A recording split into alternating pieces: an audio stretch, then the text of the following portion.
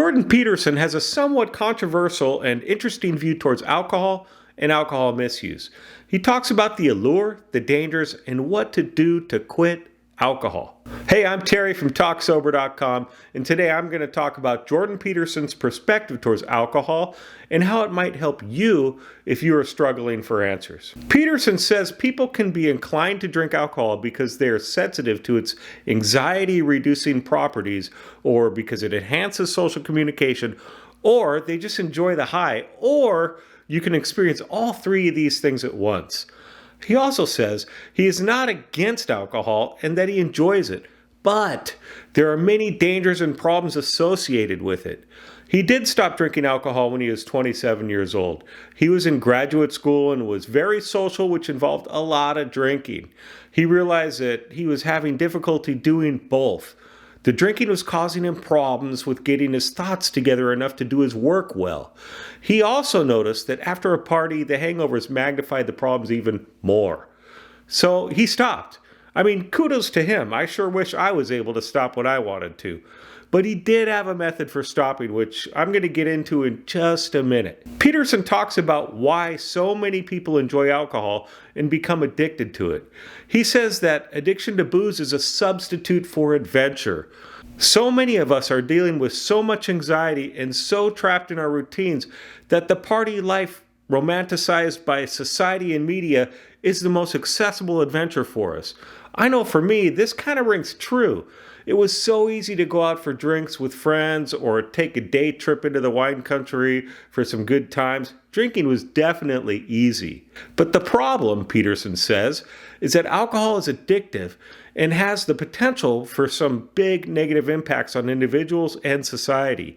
He points out that alcohol is a factor in a very high percentage of violent crimes, domestic abuse, and accidents. He suggests that alcohol makes people more aggressive and more likely to make poor decisions, thus causing even more problems. He says about alcohol that it is the worst drug to have been made legal. So what about stopping drinking? What does Jordan Peterson say about how to stop drinking and staying stopped? This is always interesting to me. I'm always curious what a person that is not an alcoholic, which Jordan is not, says about how to stop drinking. Because if you are an alcoholic, and whether you're stopped or not, a non-alcoholic usually has no clue how difficult stopping could be. But Jordan has a pretty good perspective on this. He says, the funny thing is, if you're trying to stop drinking, you need something better than alcohol.